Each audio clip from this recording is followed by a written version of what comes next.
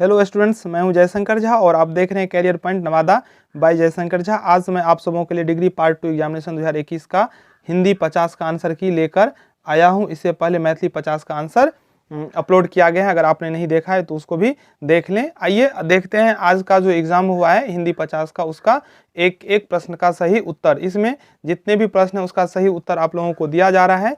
अगर किसी क्वेश्चन में बाय मिस्टेक अगर कोई गलती होता है, अगर मुझे पता चलता है तो मैं आपको कमेंट सेक्शन में जाके पिन ट्वीट करके दे दूंगा, आप वहां से करेक्ट कर सकते हैं। वैसे तो बहुत ध्यान रखा गया है जो आंसर सही हो। अगर मे भी कोई गलती हो जाता है तो आप कमेंट में जाके देख लीजिएगा, पिन ट्वीट रहेगा, वहां से आप करेक्ट कर सकते हैं। वैसे 99.99% आंसर सही होगा। अगर आप हमारे चैनल पर फर्स्ट टाइम आ रहे हैं और चैनल को सब्सक्राइब नहीं किए हैं तो चैनल को सब्सक्राइब कर लें और बेल आइकन को प्रेस कर दें ताकि हमारे दी किसी भी वीडियो की जानकारी आप तक सबसे पहले पहुंचे। और मैं आप लोगों को बता दूं, इससे पहले मैं हिंदी 50 का 3-4 वीडियो अपलोड किया था, उसी वीडियो से लगभग क्वेश्चन आया है। तो अगर आप देखे होंगे तो आपके लिए काफ़ी हेल्पफुल रहा होगा। अगर नहीं देखे होंगे तो कोई बात नहीं, अभी आंसर मिला लीजिए। नेक्स्ट जो आपका सब्सिडी का एग्जाम होने वाला है उसका भी मैं इंपॉर्टेंट क्वेश्चन डालूंगा, तो आप उसको देख कर जाइए और आपका एग्जाम अच्छा होगा, इस बात की मैं गारंटी ले सकता हूं। चलिए तो बिना समय गवाए देखते हैं आज के सभी 50 प्रश्न के सही उत्तर। पहला जो प्रश्न है, देवयानी के पिता कौन थे? तो देवयानी के पिता शुक्राचार्य थे, ऑप्शन सी इसका राइट आंसर होगा। दूसरा प्रश्न है यहाँ कई लिखा लेकिन कच्छ होगा, कच्छ किस रचना का पात्र है? तो इसका सही उत्तर हो जाएगा बी, संजीवनी। तीसरा प्रश्न है, संजीवनी शीर्षक रचना के रचनाकार है? तो संजीवनी शीर्षक रचना के रचनाकार है R C Prasad Singh, option A इसका राइट आंसर है। चौथा प्रश्न है, देवयानी किस रचना की पात्र है? तो देवयानी संजीवनी रचना की पात्र है, देवयानी शुक्राचार्य की बेटी थी। चलिए देखते हैं अगला प्रश्न। पांचवा प्रश्न है, संजीवनी कथा का आधार है? तो संजीवनी कथा का आधार पौराणिक है, ऑप्शन सी इसका राइट आंसर है। छठा प्रश्न दिया हुआ है, संजीवनी काव्य की भाषा क्या है? तो संजीवनी काव्य की जो भाषा है वो है अवधी, ऑप्शन बी इसका राइट आंसर है। सातवां प्रश्न है, प्रतीक काव्य की दृष्टि से कौन सी रचना सफल है? तो इसका राइट आंसर हो जाएगा संजीवनी, ऑप्शन ए दिया हुआ है। एक एक प्रश्न का उत्तर सही है, किसी भी प्रश्न में कोई भी डाउट नहीं है आंसर में, तो आप निश्चिंत होकर आप अपना आंसर मिलाइए और कमेंट सेक्शन में बताइए आपका कितना स्कोर हुआ है। आठवां प्रश्न है, पाषाणी शीर्षक रचना के रचनाकार है? इसका सही उत्तर हो जाएगा जानकी वल्लभ शास्त्री, ऑप्शन बी दिया हुआ है। नवा प्रश्न है, भागीरथ का संबंध किस रचना से है? तो भागीरथ का संबंध गंगा अवतरण से है, ऑप्शन सी में दिया हुआ है। 10वां प्रश्न है, ब्रह्मा का संबंध किस रचना से है? तो इसका राइट आंसर हो जाएगा गंगा अवतरण। जब भागीरथ तपस्या कर रहे थे गंगा जी को धरती पर लाने के लिए, तो ब्रह्मा जी प्रसन्न होकर प्रकट हुए थे उनके सामने में, इसका आंसर हो जाएगा गंगा अवतरण। 11वां प्रश्न है, पुरूरवा पात्र का संबंध किस रचना से है? पुरूरवा पात्र का संबंध किस रचना से है? इसका राइट आंसर हो जाएगा उर्वशी, ऑप्शन ए में दिया हुआ है। वीडियो को लाइक नहीं किए हैं तो फटाफट लाइक कीजिए, चैनल को सब्सक्राइब कीजिए। चलिए देखते हैं 12वां प्रश्न, चित्रलेखा का संबंध किस रचना से है? तो चित्रलेखा का संबंध उर्वशी से है, ऑप्शन बी इसका सही है। 13वां प्रश्न, अहल्या कौन थी? तो अहल्या गौतम की पत्नी थी, ऑप्शन बी। सभी के सभी प्रश्न आपको अगर वीडियो देखे होंगे तो आपको बताया गया था। 14वां प्रश्न, अहल्या का संबंध किस रचना से है? तो अहल्या का संबंध पाषाणी से है, अहल्या ही पाषाणी बनी थी, पत्थर बनी थी। 15वां प्रश्न, पाषाणी में कुल कितनी संगीतकाएं हैं? तो इसका राइट आंसर हो जाएगा ऑप्शन ए, संगीतकाएं में 5 पाषाणी में कुल है, तो अब 15 का हो जाएगा ए। चलिए देखते हैं 16वां प्रश्न, पाषाणी के प्रकाशक का नाम क्या है? तो पाषाणी के प्रकाशक का नाम जया भारती है, ऑप्शन बी इसका राइट आंसर होगा। चलिए 17वां प्रश्न देखते हैं, हो पुरुषार्थ प्रबल तो कोई भी अनहोनी बात क्या? तो ये जो है वो पाषाणी से होगा, ऑप्शन बी इसका राइट आंसर है। 18वां प्रश्न है, गंगा अवतरण में कितने दृश्य हैं? तो गंगा अवतरण में कितने दृश्य हैं? तो इसका जो राइट आंसर होगा वो होना चाहिए ऑप्शन बी। वैसे मैं इसके आंसर को लेकर थोड़ा श्योर नहीं हूँ, अगर आप लोग श्योर हैं तो कमेंट बॉक्स में जरूर हमें बताएं जो इसका बी होगा या नहीं होगा। चलिए देखते हैं अगला प्रश्न। अगला प्रश्न 19वां है, पाषाणी में कितने दृश्य हैं? तो पाषाणी में कुल 4 दृश्य बना था, ऑप्शन सी इसका राइट आंसर होगा। 20वां प्रश्न है, मल्लिका किस रचना की पात्र है? तो मल्लिका पाषाणी की पात्र है, ऑप्शन ए इसका राइट आंसर होगा। चलिए देखते हैं 21वां प्रश्न। 21वां प्रश्न, संविधान निर्माण के समय 8वीं अनुसूची में कुल कितनी भाषाएं थी? तो संविधान निर्माण के समय 8वीं अनुसूची में कुल 22 भाषाएं थी, ऑप्शन ए इसका जो है वो राइट आंसर होगा।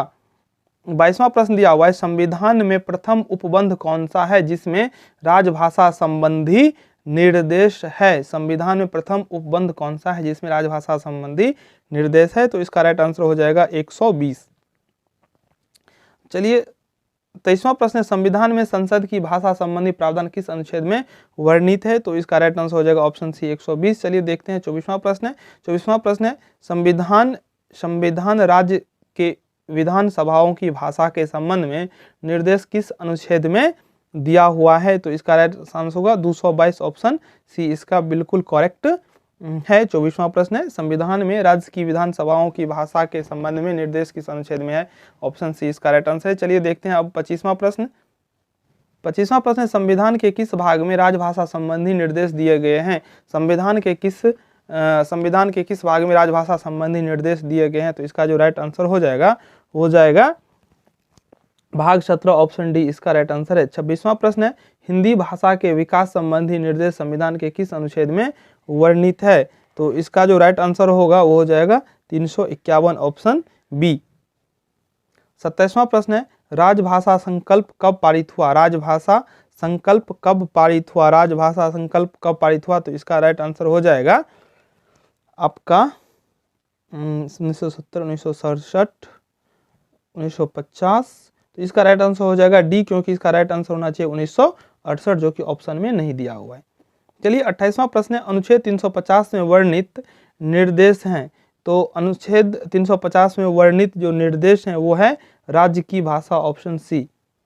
29वां प्रश्न है, मैथिली भाषा को संविधान में मान्यता कब मिली। मैथिली भाषा को संविधान में मान्यता कब मिली, तो इसका जो राइट आंसर होगा हो जाएगा 2004 ईस्वी में मैथिली के साथ 3 और भाषा को शामिल किया था। 30वां प्रश्न, हिंदी में अधिकरण कारक का चिन्ह है, तो अधिकरण कारक का जो चिन्ह है वो होगा में पर, ऑप्शन सी दिया हुआ है। आप लोग फटाफट लास्ट में बताइएगा जो आप लोगों को कितना स्कोर हुआ है, कितना आप लोग सही बना के आए हैं।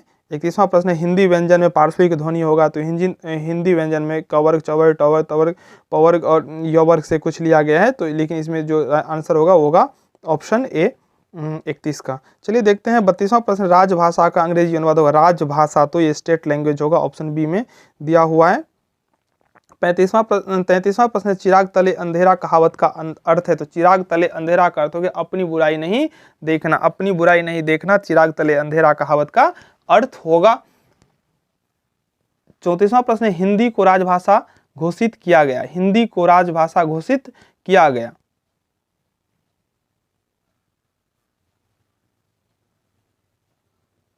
प्रश्न है, हिंदी को राजभाषा घोषित किया गया, तो इसका जो राइट आंसर होगा 14 सितंबर 1949 ईस्वी को हिंदी को राजभाषा घोषित किया गया, बहुत सोचने विचारने के बाद, और इसलिए 14 सितंबर को प्रत्येक वर्ष हिंदी दिवस मनाया जाता है। 14 सितंबर 1949 ईस्वी को हिंदी को राजभाषा घोषित किया गया। 35वां प्रश्न है, राष्ट्रभाषा वह भाषा है जिसका संपूर्ण राष्ट्र में प्रयोग होता है। प्रस्तुत पंक्ति किस विद्वान के द्वारा कही गई है, तो यह कथन कैलाश चंद्र भाटिया का है, ऑप्शन बी इसका राइट आंसर होगा। चलिए देखते हैं 36वां प्रश्न, संक्षिप्तता विशेषता है। संक्षिप्तता विशेषता किसका है, तो इसका राइट आंसर संक्षेपण का। संक्षेपण में 1/3 वर्ड लिखना होता है दिए गए कंटेक्स्ट को, तो इसलिए इसका राइट आंसर हो जाएगा ऑप्शन ए। फटाफट वीडियो को लाइक कीजिए, सब्सक्राइब नहीं किए हैं तो सब्सक्राइब कर लें, बेल आइकन को प्रेस कर लें, ताकि नेक्स्ट जो आपका एग्ज़ाम होने वाला है सब्सिडरी का, उसका वीडियो आप लोग देखें और एग्ज़ाम में अच्छा मार्क्स लाएं। चलिए देखते हैं 37वां प्रश्न है, पल्लवन में किया जाता है, तो पल्लवन में भाव का विस्तार किया जाता है, यही इसका आंसर भी होगा सही। 38वां प्रश्न है, पल्लवन के तत्व निम्न में क्या है, जिसका राइट आंसर हो जाएगा सरल भाषा। 39वां प्रश्न, टिप्पणी का प्रयोग होता है, तो कार्यालय में और मीडिया दोनों में टिप्पणी का प्रयोग होता है, इसलिए इसका राइट आंसर हो जाएगा ऑप्शन सी। 40वां प्रश्न, लौट कर आया हुआ के लिए एक शब्द है। लौट कर आया हुआ के लिए एक शब्द है प्रत्यागत। प्रत्यागत जो लौट कर आया हुआ है वो अनेक शब्द है, उसमें उसको अगर एक शब्द में हम कहें तो इसका राइट आंसर हो जाएगा प्रत्यागत। चलिए देखते हैं 41वां प्रश्न। 41वां प्रश्न, अरि। अरि शब्द का सही अर्थ है, तो अरि शब्द का जो सही अर्थ होगा वो होगा शत्रु, वैरी, ऑप्शन सी इसका बिल्कुल करेक्ट आंसर है। मेरे द्वारा दिया गया जो भी आंसर है वो बिल्कुल सही है, किसी भी प्रश्न में कोई डाउट नहीं है। अगर ऐसा कुछ होता है बाद में हम फिर देख लेंगे एक बार, जो जल्दबाजी के चक्कर में ऐसा हो सकता है कुछ ऑप्शन ए के बदला में बी कहा जाए, तो चिंता नहीं करना है। अगर आप लोगों को पता है, आप लोगों को लग रहा है तो आप कमेंट में बता दीजिएगा, हम उसको देखकर फिर से कंफर्म कर देंगे। और अगर हमें लगेगा तो मैं पिन ट्वीट कर दूंगा, आप वहाँ से चेक कीजिएगा। देखिए मेरा काम आपको लोगों को बरगलाना नहीं है, कुछ आप लोगों को बताकर कुछ देखकर ठगना। मैं आप लोगों के लिए सही कंटेंट प्रोवाइड करवा रहा हूँ, कर रहा हूँ, और आप विश्वास करके हमारे साथ बने रहें, क्योंकि बहुत सारे यूट्यूब चैनल ऐसे होते हैं जल्दबाजी से कुछ गलत सलत देकर अपना नाम कमाने के लिए, चैनल को चलाने के लिए, व्यू बढ़ाने के लिए कर देते हैं। ऐसा कुछ नहीं है। मेरे द्वारा जो मैथिली का दिया गया था आप चेक कीजिए, चेक किए होंगे, देखे होंगे, तो देखिएगा आपका जो भी वीडियो मैं डाला था, 4 ही वीडियो डाला था, चारों वीडियो कितना लड़ा था, उसका जो क्वेश्चन था। तो मेरा काम है आप लोगों को सही एलिमेंट पहुंचाना, सही तत्व पहुंचाना। आप लोगों के लिए मैं लगातार जो भी यूनिवर्सिटीज़ के एग्जामिनेशन होंगे उसके जो इंपॉर्टेंट क्वेश्चन होगा मैं प्रोवाइड करूंगा आप लोगों के लिए। इसलिए आप लोग निश्चिंत होकर मेरे चैनल के साथ बने रहे। मैं आप लोगों के लगातार अच्छा वीडियो इंपॉर्टेंट लाता रहता हूं, ठीक है। चलिए देखते हैं 42वां प्रश्न, उठा न रखना मुहावरे का अर्थ है। उठा न रखना मुहावरे का अर्थ है, तो इसका जो राइट आंसर होगा वो हो जाएगा कसर न छोड़ना, ऑप्शन सी। 43वां प्रश्न, जो अपनी हत्या करता है वाक्खंड के लिए क्या कहलाता है। तो जो अपनी हत्या खुद करता है उसको आत्मघाती बोलते हैं, ऑप्शन ए इसका राइट आंसर होगा। 44वां प्रश्न, जर्नल, ठीक है, जनरल नहीं है, जर्नल है, तो जर्नल का जो अर्थ हो जाएगा यहाँ पे पत्रिका, ऑप्शन डी। 44 का जो आंसर होगा वो होगा डी, जर्नल का अर्थ हो जाएगा पत्रिका, जर्नल है, जर्नल। चलिए देखते हैं 45वां प्रश्न, इंटरव्यू शब्द का सही अनुवाद है। तो इंटरव्यू का सही अनुवाद हो जाएगा साक्षात्कार, ऑप्शन बी इसका करेक्ट है। 46वां प्रश्न, फेयर शब्द का सही अर्थ है। फेयर शब्द का सही अर्थ होगा किराया, भाड़ा जो होता है, ऑप्शन डी इसका राइट आंसर होगा। 47वां प्रश्न, ऑपोजिशन शब्द का हिंदी अनुवाद। ऑपोजिशन का अर्थ होता है विपक्ष, अब लीडर ऑफ ऑपोजिशन यानी कि विपक्ष का नेता, तो ऑपोजिशन का अर्थ हो जाता है विपक्ष, इसका बी आंसर राइट होगा। 48वां प्रश्न है, यूजुअल शब्द का हिंदी अनुवाद है। यूजुअल, समान यहाँ पे टिक लगा दिया गया, लेकिन ये नहीं आंसर होगा, सामान्य होगा, यूजुअल यानी कि सामान्य। 49वां प्रश्न, राजभाषा हिंदी के लिए संविधान सम्मत लिपि है। तो हिंदी का जो लिपि है वो देवनागरी होता है, ऑप्शन सी बिल्कुल राइट आंसर है। 50वां प्रश्न, राजभाषा विभाग की स्थापना कब हुई थी। तो इसका आंसर हो जाएगा 1976 ईस्वी, ऑप्शन ए ये था। आज के जो एग्जाम हिंदी 50 का हुआ है उसका 50 का 50 राइट आंसर। और अभी तक अगर लाइक नहीं किया तो लाइक कीजिए, चैनल को सब्सक्राइब करके अपने फ्रेंड्स के साथ भी शेयर कर दें, ताकि उन्हें भी आसानी हो आंसर मिलाने में। बहुत सारे स्टूडेंट्स गलत चैनल से आंसर मिला लेते हैं, बाद में कन्फ्यूजन में आते हैं जो मेरा आंसर गलत हो गया, जबकि वो चैनल का ही आंसर गलत होता है। तो आप अपने फ्रेंड्स को मदद कीजिए, खुद भी देखिए और बताइए कमेंट में आपका कितना सही हुआ है और क्या डाउट है आप लोगों को किसी भी प्रश्न में, तो मैं उसका सॉल्यूशन आप लोगों के लिए दूंगा। तो आप लोग हमारे साथ बने रहें और नेक्स्ट वीडियो का इंतजार कीजिए, क्योंकि अब लगातार आप लोगों के लिए मैं सब्सिडरी का अपलोड करूंगा। चलिए तो अभी के लिए बाय, फिर मिलते हैं नेक्स्ट वीडियो में।